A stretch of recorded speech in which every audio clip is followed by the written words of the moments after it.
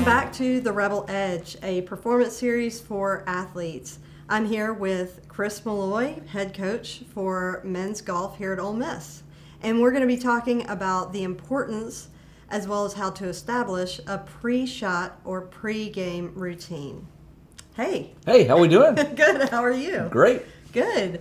So tell me why you think a pre-shot or pre-game routine is important. Well, I think for a lot of different reasons, and one of them, it's consistency is probably the most important part. And a lot of people, in our sport, with golf, you're working on that a lot, and the pre-shot routine really, always gets brought up.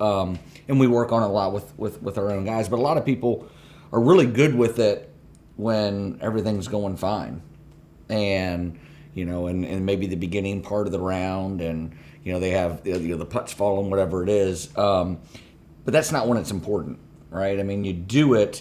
You don't need a pre-shot routine when you're in the zone. You really don't. You more so need it for it's the back nine, of just a good round of golf maybe, or it's the last 9 holes. And when the pressure starts to mount, okay, that's when it's important, and it keeps your mind from wandering to any negative thoughts. And as you know, I mean, while we're talking about it, it's controlling your mind, and it's keeping that consistency. And probably that's the word that jumps out to me, the most that we use with our players is consistency with that pre-shot routine. The consistency is so important because anything that is unexpected is up for grabs in sports. I mean, it's going to happen. There's so much that we can't control. So controlling your heart rate, your mood, your attitude, everything going into that shot or into that game just adds to the consistency that you can control, because you know what to expect. It's going to happen every time. Mm-hmm. So when you vary from that routine, it becomes something that you aren't controlling and you didn't expect. Yeah, absolutely. And remember, you kind of hit the nail on that head. It's especially in any sport, especially our sport, it seems that there are so many things that you can't control that are going on, right? And it can be the 15th hole of a tournament, and a gust of wind comes up, and you do everything in your power to hit a good golf shot. Where you get a gust of wind, knocks the ball down, maybe it goes in the water. Well, now you're freaking out, trying to figure out, okay, what did I do? What did I do wrong? Well, instead of letting those thoughts, once you get into your next shot, it's okay. You can think whatever you want to, between that shot and then the next shot, walking up to it. That's a good time to decompress and figure it out. But, once you get into that, 1 minute out, that 30 seconds before you hit your shot, it's back to, to controlling very limited things that you can control. There are just so many things that are out of your control there, and it's the trigger. It's maybe in golfers you see them a lot. It's how do you get locked into that pre-shot routine? Mm-hmm. And a lot of times with golfers, I know with me it used to be once you strap your glove on, then boom, you know what you're going to think. It's going to be 2 strokes with putting, and then look at the hole once and get back into it. It just eliminates, oh, am I going to miss this putt? It eliminates any outside distraction or any outside, negative thought. I'm a big routine person, so I like to do the same things in the same order, for a lot of different things. And what do you think happens when I break from that routine? I forget what I was supposed to do. Yep. And there's a certain set of things that you want to do before a shot. You want to look at the hole. You want to pick your target. You want to, relax your shoulder, like whatever it is. Having that built into a routine increases the likelihood that you're going to remember it, particularly in times of stress, because stress is not a friend to the memory.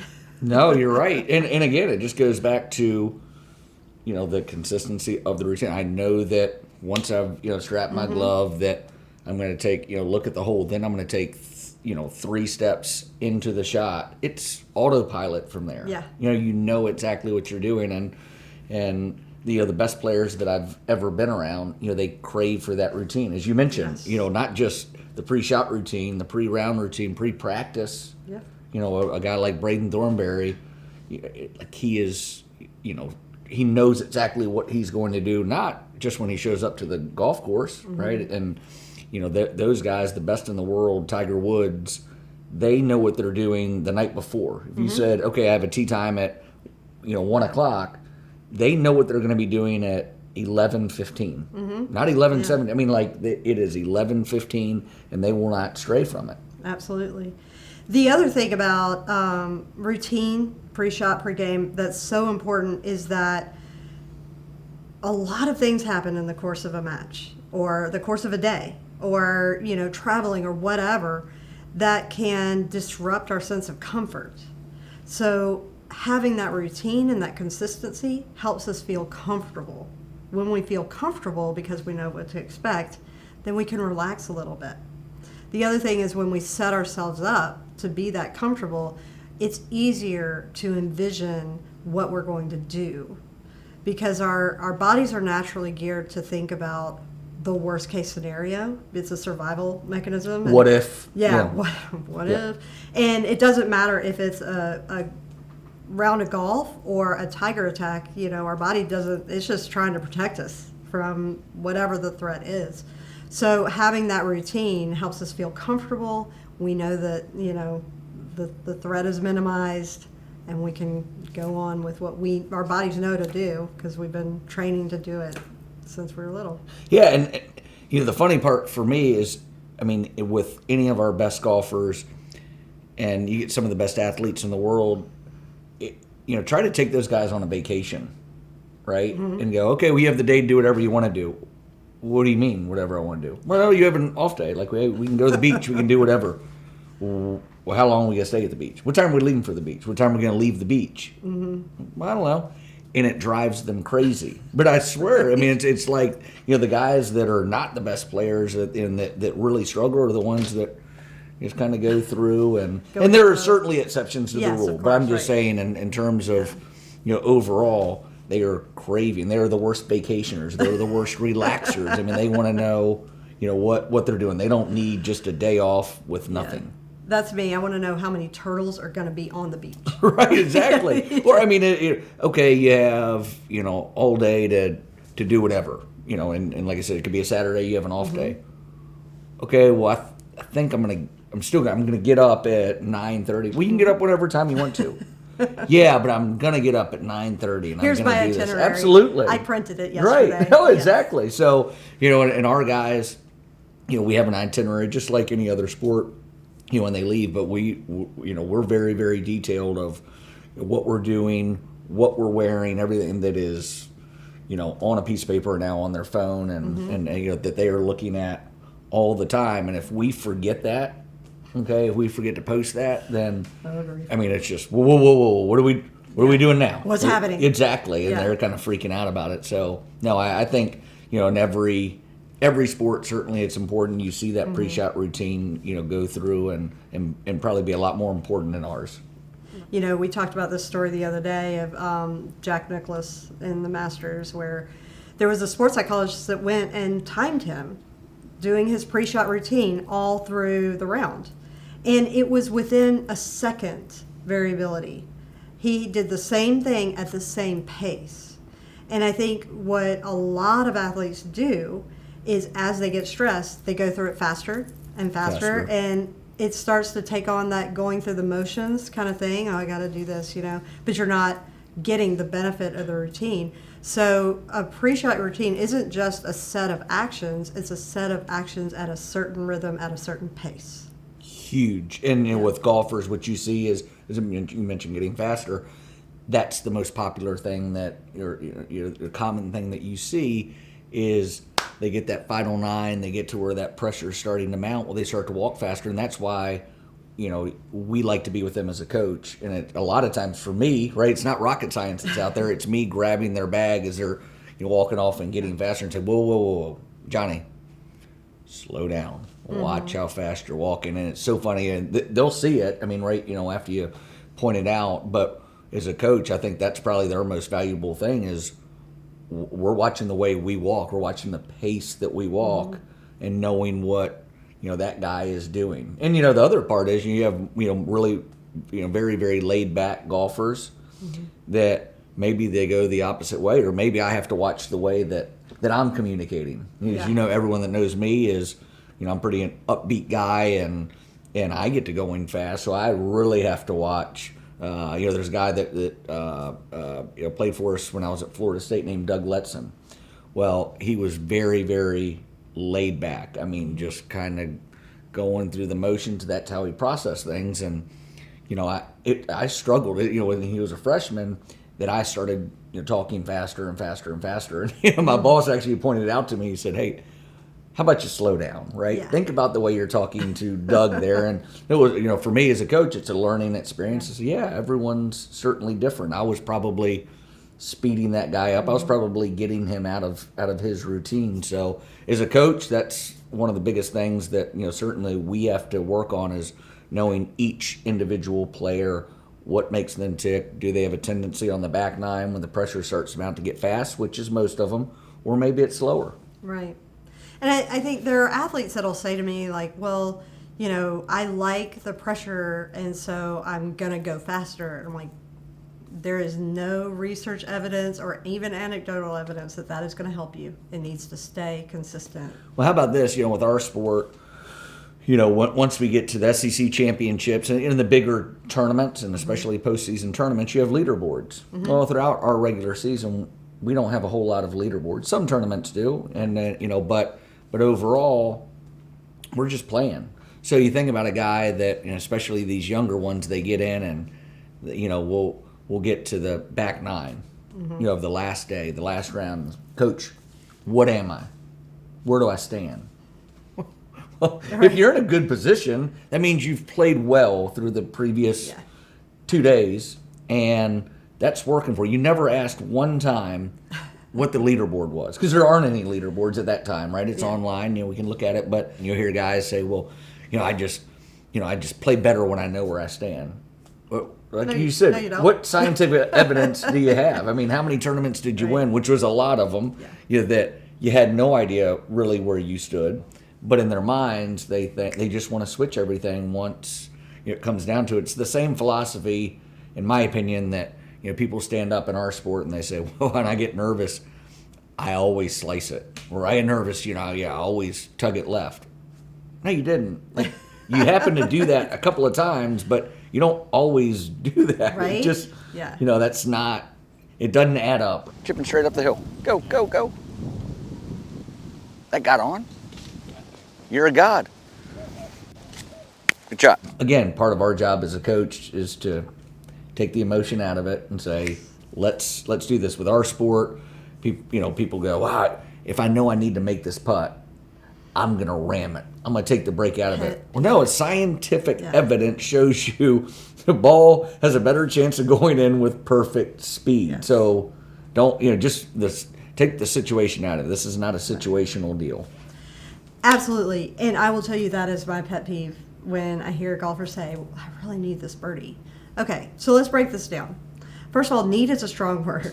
Like, you need, food, water, love, and belonging. Like, these are the things you need. A lot of things we need. That putt isn't really one of them. An occasional hug. But, so need just ramps you up. And the other thing is, so what are you saying to yourself? So, right here, I need to do my best. Well, if you haven't been doing your best up to now, it ticks me off. And so are you telling yourself, even though you've already been doing your best, all of a sudden I need to pull out better than my best on this? No. And that's where the pre-shot routine can be so helpful. Get you back into it, right? Right. Any of those thoughts, because thoughts come and go. We can't say, I'm never going to have that thought. But from this time, put my glove on, this is what I'm thinking, this is what I'm feeling, this is what I'm doing, and I'm ready to go.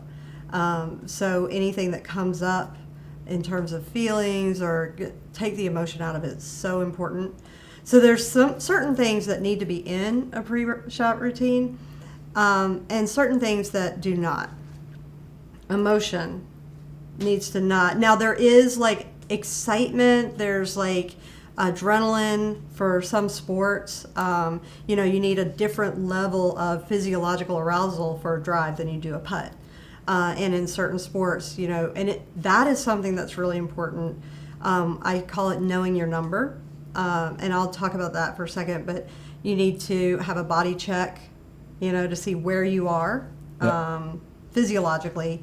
You need to have, I like some sort of clearing, like some physical motion that puts the past in the past and pulls you into the present. So a lot of times you'll see batters do this, and it's just this bat, and that can be a small thing. It depends on what you need. If you're somebody that tends to bring the last shot into the shot, then you need to have that be a little bit more part of your routine.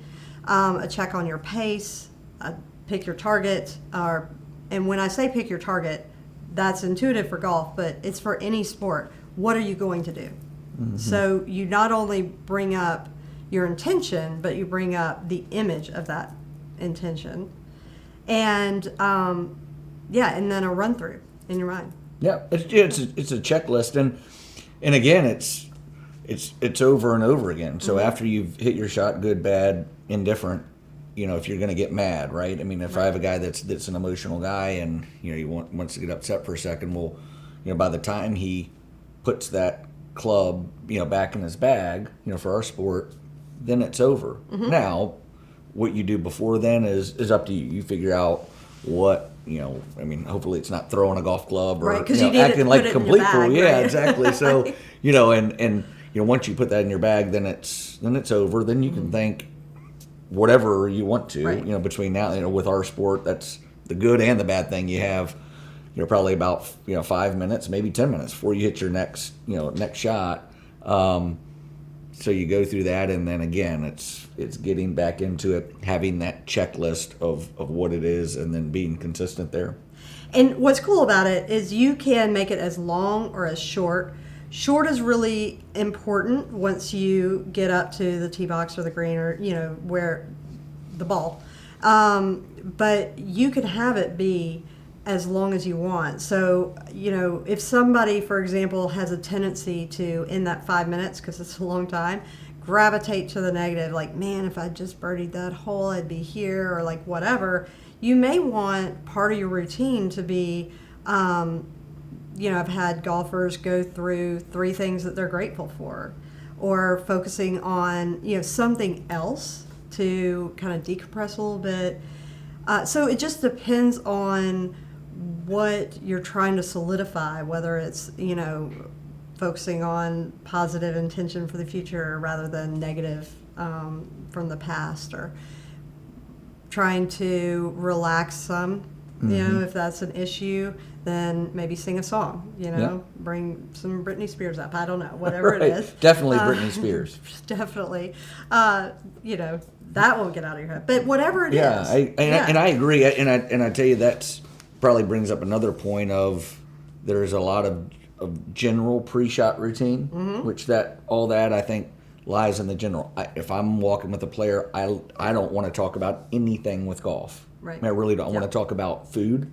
I want to talk about fishing, hunting, whatever it may be, and that I'm going to talk with my player about. I'm just not going to talk golf at all. And so was that person's everyone wired that way? No. Some people want to think about, especially when they don't have a coach that's there. So you have the general deal in that, but in terms of where it starts to get specific, I believe in keeping that as short as possible. Just me personally, because listen, we don't have, and especially me, I just don't have an attention span that's going to last. A minute is a long time. Yeah. And think about this: if you have a minute over every one of your shots, well, now you're talking roughly 70, or more, hopefully less. Hopefully. But that's a long time to be just trying to completely control your emotion. And you're trying to control your emotion. I'm just saying be overly detailed of, I'm going to take 2 breaths, I'm going to do this. So I personally think it's, 30 seconds is what we're trying to, what I would like to work with the player of being overly specific on that pre-shot routine, such as, so once you, let's say it's, doing your glove, then I would think that ball needs to be in the air, 30 seconds. Right. And you get some overthinking if you have 2 practice strokes in your routine and then you add another because you're uncomfortable, that's when overthinking happens. And so backing out, starting again. Yep, backing out, start start it again, do whatever. I Yeah. mean, the odds of you having a good outcome after you've broken away from Right. the routine, as you mentioned, after that 2 strokes, if that's what your routine is, if you don't feel comfortable and you say, well, I'll just do one more. Again, you start to improvise. Chances are, I'm not saying you can't hit a good shot. You can hit a great shot. Always. Yeah. Chances are, it just decreases your chances of actually hitting a good shot because you bounce out of it. So, yeah, absolutely, back out.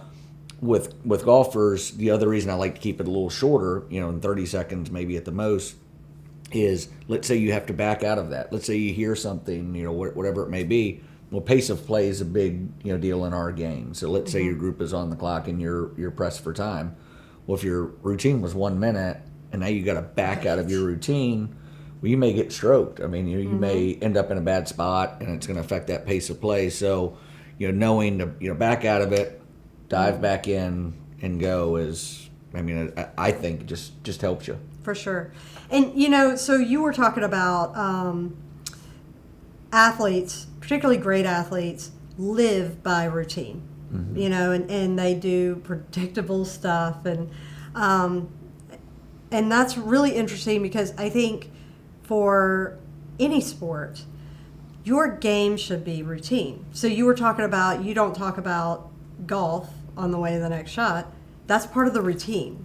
So, a golfer can know, okay, here's what I think about or talk about or do in between before I get to that really specific. But it needs to stay consistent because when the mind wanders, especially under stress, no bueno. Yep, absolutely. No bueno. Yep. So, in like soccer, basketball, lacrosse, fast pace, you don't have these pre-shot, pre-pass routines. The whole game is routine, I think it's important to have a routine also for what happens when you miss a goal. Well, I'm going to have that burst of emotion and then here's how I get myself back on track, So I think that's really important to just have it be part of how you play, no matter what the sport is, because then you can even predict that. You can't predict the unexpected by definition, right? But you can predict your response. 100%. Look at think about it. Any NFL team right now. Look at Tom Brady. Why would you have a preseason camp if routine wasn't important and repetition wasn't important and all of those things? They all go hand in hand. So it's, and I get it, there are different stages of it, and again, it probably leads to a different topic. But Tom Brady goes down to the Tampa Bay, and he's out there during the coronavirus, and they're working at a high school every day with receivers, learning what they're doing, letting them learn what he does, tendencies, and then he's going to go through a whole preseason camp to go through kind of the muscle memory, right? Hey, 3 steps over here, I'm going to throw it to my receiver. But like we tell our players all the time, he doesn't get out in a game and once the ball is hiked, go, okay, I'm going to take 3 steps over here and then I'm going to throw it at a 45-degree angle and then I'm going to throw it to the... No, right. They react. And that's what you're doing in a pre-shot routine. You're not thinking... you go back to Jack Nicholson, he was during the Masters that time. He's right on it. Yeah. He was never thinking, okay, well I should do 2 practice strokes. I should do that. Right. He just did it. Automatic. That's what made him great. Yeah. Because he had practiced it. And at home, I'm sure before he left for the Masters, when he was in West Palm Beach, Florida, and practicing leading up to it, if that same guy was timing him, it was going to be the same thing. Right. He's just that consistent, but he's learned that over years. Yeah. Pre-game, pre-tournament, pre-shot, very similar. Figure out what you need. There are certain elements that should be in it, and practice it until it's so automatic that you don't even know you're doing it. You're just doing it. Yeah. Yeah. Well, and as we spoke about before, it's leading up to a tournament. It's all of the consistency before you get to the golf course. You know, I mentioned before you get to the tournament. You know, if you look at our football team right now, I mean, think about it. If they know that it's a 6:30 p.m. kickoff, you know what they're going to be doing 2:30 the previous day, Right. by the hour, every single time. I mean, it's a template, and that's when they see 70,000 people sitting in a stadium, that their eyes don't start to wander and they're not freaking out. Which I get that that's hard to do, but leading up to it, they know okay, I have 10 minutes of stretching, 20 minutes stretching, whatever it is. We're good at our position groups. It's no different for for any of the sports. It's leading up to that, we know what we're doing. I mean, I can tell you weeks in advance what we're going to be doing, how we're going to travel to a tournament, really to a tee by the, within an hour, of what we're doing. So I think that's important. It just makes you breathe a little bit better, and then gives you a better chance of, getting in there. I mean, it almost borderlines on the deal of superstition, right? Right. We're creatures of habit every single sport, and my guys, I think they could tell you, where we're going to eat the majority of the time, right? I mean, if we're going to go to a Bonefish or we're going to Chipotle or whatever, and I think every sport could tell you that we're all pretty much creatures of habit for that reason, though, because it's comfort. Yeah. It's brainless. Absolutely. And you don't need a lot of brains to play golf. No, thank goodness. That's actually true. That's true. Yeah. So here's the deal. You need a pre-shot routine. You need a pre-game or tournament, whatever your sport is, routine. So certain elements you need to know where your physiology is, know what the pace is and how you're pacing, and what the rhythm is.